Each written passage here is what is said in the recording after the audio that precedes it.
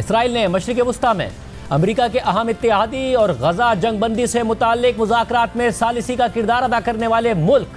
قطر پر براہ راست فضائی حملہ کر دیا ہے اور یہ دعویٰ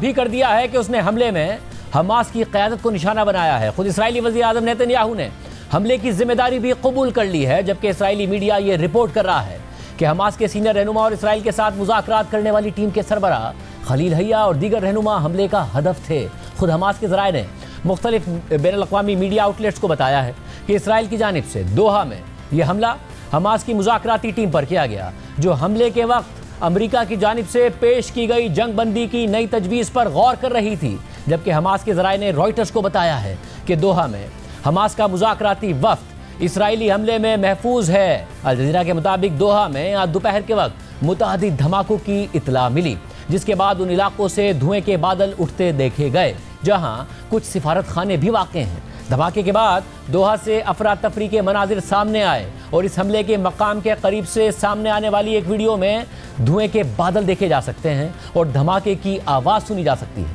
جبکہ قطر کی وزارت داخلہ کا کہنا ہے کہ دوحہ میں پہلے سنائی دینے والی آوازیں حماس کے ایک رہائشی ہیڈ کوارٹر پر حملے کا نتیجہ تھی۔ تاہم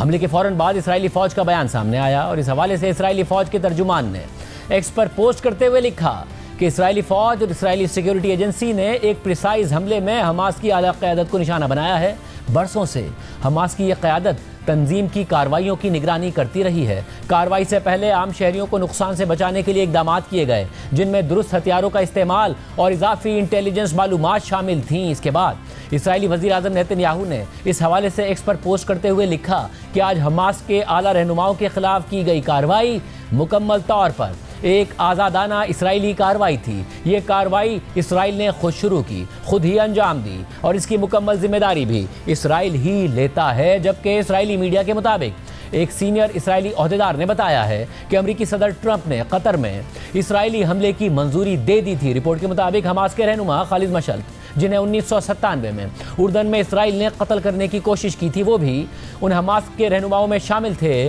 جنہیں اسرائیل نے اس اجلاس میں نشانہ بنایا۔ لیکن اس سارے معاملے پر تاحال امریکہ یا امریکی صدر ٹرمپ کی جانب سے کوئی بیان سامنے نہیں آیا ہے، لیکن الجزیرہ کے مطابق کچھ ریجنل امریکی فوجی حکام کا کہنا ہے کہ انہیں اسرائیلی حملے کی اطلاع نہیں دی گئی تھی، بلکہ حملے کے بعد اطلاع دی گئی تھی۔ ان کا یہ بھی کہنا تھا کہ وہ اس بارے میں کچھ نہیں کہہ سکتے کہ آیا وائٹ ہاؤس کو اس کی اطلاع دی گئی تھی یا نہیں۔ ٹرمپ انتظامیہ فی الحال اس اہم معاملے پر خاموش ہے، لیکن پیر کو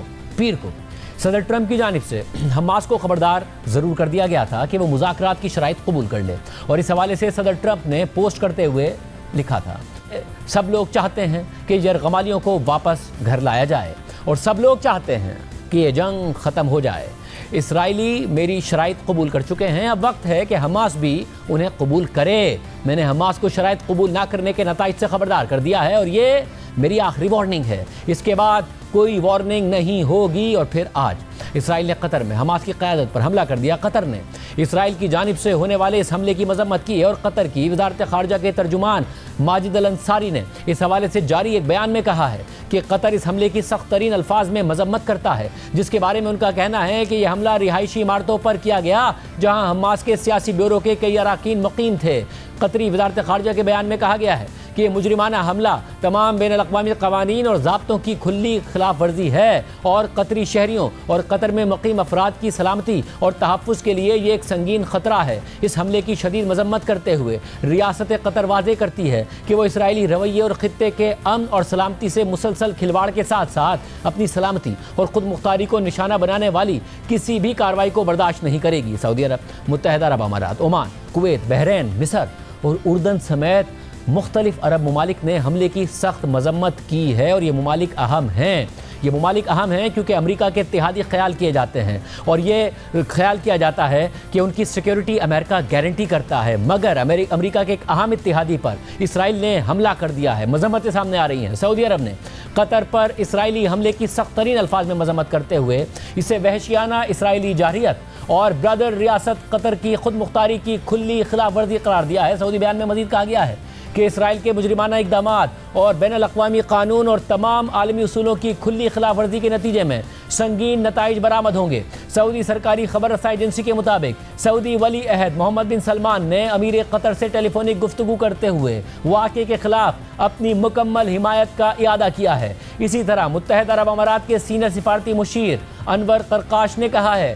کہ متحدہ عرب امارات اپنی برادر ریاست قطر کے ساتھ پوری طرح کھڑا ہے اور اسرائیلی حملے کی مذمت کرتا ہے۔ انہوں نے مزید کہا کہ عرب خلیجی ممالک کی سلامتی ناقابل تقسیم ہے، ان کا ملک اس جارحیت کا مقابلہ کرنے میں قطر کے ساتھ کھڑا ہے۔ اس کے علاوہ پاکستان، ایران اور ترکی سمیت دیگر ممالک نے بھی اسرائیلی جارحیت کی سخت الفاظ میں مذمت کی ہے۔ وزیر اعظم شہباز شریف نے اس حوالے سے ایکس پر پوسٹ کرتے ہوئے کہا کہ پاکستان کے عوام اور حکومت اور اپنی ذاتی حیثیت میں دوحہ میں اسرائیلی افواج کے غیر قانونی اور بھیانک بمباری کی شدید مذمت کرتا ہوں، جس نے ایک رہائشی علاقے کو نشانہ بنایا اور معصوم شہریوں کی جانوں کو خطرے میں ڈالا۔ اس کٹھن وقت میں ہماری گہری ہمدردیاں اور یکجہتی امیر قطر، قطری شاہی خاندان اور قطر کے عوام کے ساتھ ہیں۔ اسرائیل کی یہ جارحیت مکمل طور پر بلا جواز ہے، قطر کی خود مختاری اور علاقائی سالمیت کی کھلی خلاف ورزی ہے اور ایک نہایت خطرناک اشتعال انگیزی ہے جو خطے کے امن اور استحکام کو خطرے میں ڈال سکتی ہے۔ پاکستان قطر کی ریاست کے ساتھ ساتھ فلسطین کے عوام کے ساتھ بھی اسرائیلی جارحیت کے خلاف پوری مضبوطی سے کھڑا ہے۔ اس کے علاوہ آپ سے کچھ دیر پہلے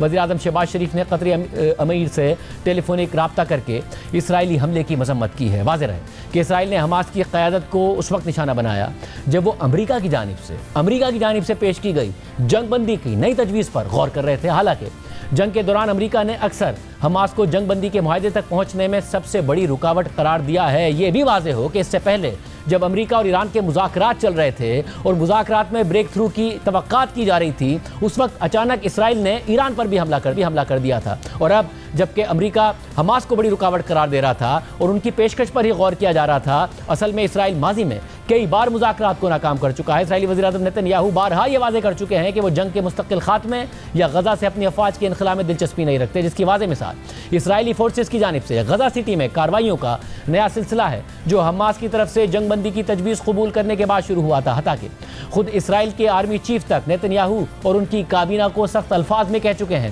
کہ آپ کی ٹیبل پر معاہدہ پڑا ہے، اسے قبول کرنے اور جنگ کو آگے نہ بڑھائیں۔ اسرائیل نے اب قطر میں حماس کی قیادت کو نشانہ بنایا ہے، لیکن یہ پہلی بار نہیں ہے کہ اسرائیل نے کسی دوسرے ملک میں حماس کی قیادت کو نشانہ بنایا ہو۔ ہم نے آپ کو بتایا کہ اس سے پہلے گزشتہ سال جولائی میں اسرائیل نے ایک خفیہ کارروائی کرتے ہوئے ایران کے دارالحکومت تہران میں موجود حماس کے سربراہ اسماعیل ہنیہ کو شہید کر دیا تھا، جبکہ اب اس نے خلیل حیا سمیت دیگر قیادت کو نشانہ بنایا ہے۔ رائٹرز کے مطابق خلیل حیا گزشتہ سال اسماعیل ہنیہ اور یحییٰ سنوار کی موت کے بعد حماس کی قیادت میں مرکزی شخصیت بن گئے تھے، اور وہ تقریباً 2 سال پہلے شروع ہونے والی جنگ کے دوران جنگ بندی مذاکرات میں اہم کردار ادا کرتے رہے، اور جولائی 2024 میں اسرائیل کی جانب سے ایران میں حماس کے سربراہ اسماعیل ہنیہ کو نشانہ بنانے کے بعد سے خلیل حیا کو بیرون ملک حماس کی سب سے بااثر شخصیت کے طور پر دیکھا جا رہا تھا۔ وہ ابھرے تھے اور وہ حماس کی 5 رکنی لیڈرشپ کونسل کے رکن ہیں جو گزشتہ سال اکتوبر میں غزہ میں یحییٰ سنوار کی موت کے بعد سے حماس کی قیادت کر رہی ہے۔ 1960 میں غزہ پٹی میں پیدا ہونے والے خلیل حیا